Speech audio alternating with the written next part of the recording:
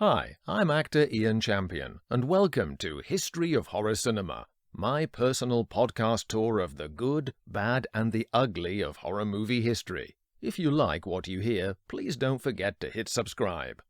Zombies of Sugar Hill, 1974. In 1974, AIP released a Blaxploitation film that cashed in on the voodoo horror theme that made the Bond film Live and Let Die such fun, itself capitalizing on Blaxploitation's popularity. This synchronicity of influences benefited Sugar Hill, as it's well made, great fun, and directed by Paul Maslansky, later the producer of the Police Academy series. The plot is simple enough and wastes no time in setting up a premise that invites you to sit back and vicariously enjoy the payoff. Tim Kelly's script is functional, but contains some humdinger attitudinal trailer lines that this kind of film thrives on.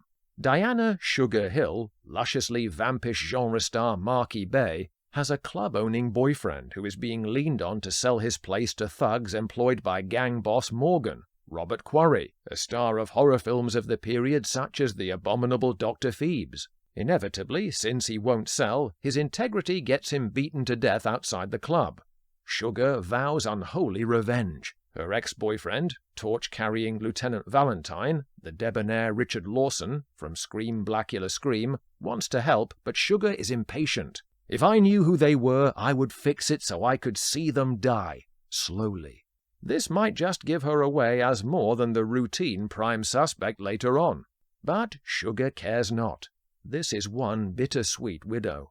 She goes to ask for the supernatural help of a voodoo priestess, the white-haired Mama Maitresse, Zara Cully, who prefaces the ritual by warning Sugar of the consequences of invoking the greatest of her voodoo gods, Baron Samedi. Her client understands that whatever bargain is extracted, it will be worth it. Strangely, like TV evangelists, Samedi is seemingly not immune to, or any good with, earthly materialism. He is a greedy god. Have you any money? Samedi is summoned, and what a character he is. Live and Let Die fans will be familiar with this spectral imp's macabre elegance, and hero Don Pedro Colley is a wonderfully flamboyant incarnation, with an infectious, wide-eyed glee in his top hat and tails.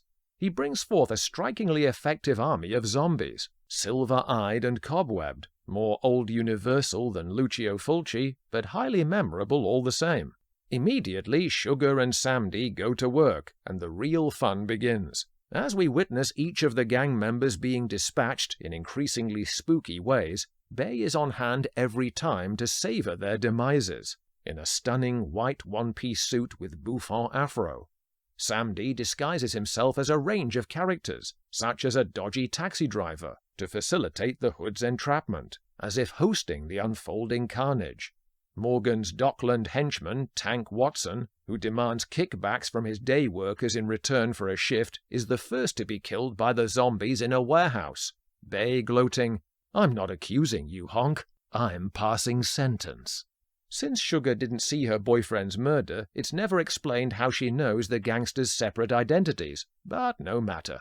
Over the course of the film, subsequent goons are bumped off using ravenous pigs, a possessed chicken's foot, voodoo dolls, and even a particularly creepy massage with the most unhappy of endings. "I don't like it," says the soon-to-be victim, as undead fingers trail up and down his back, all inventive and hugely entertaining. Morgan has a caustic bitch of a girlfriend, Celeste, whose vicious racism earns us a ringside seat to a bit of girl-on-girl fighting between her and Sugar. Meanwhile, Valentine inquires about voodoo mythology from an English professor of the occult. As Sugar closes in to offer more than a spoonful of rough justice to Morgan, she goads him to meet her at the club. It is in her name now, but she will not sell it after all. Morgan is not happy at this.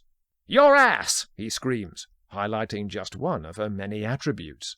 He can't resist the trap laid out for him in his thwarted anger, one that includes the nice touch of a table full of his now zombified employees grinning at him.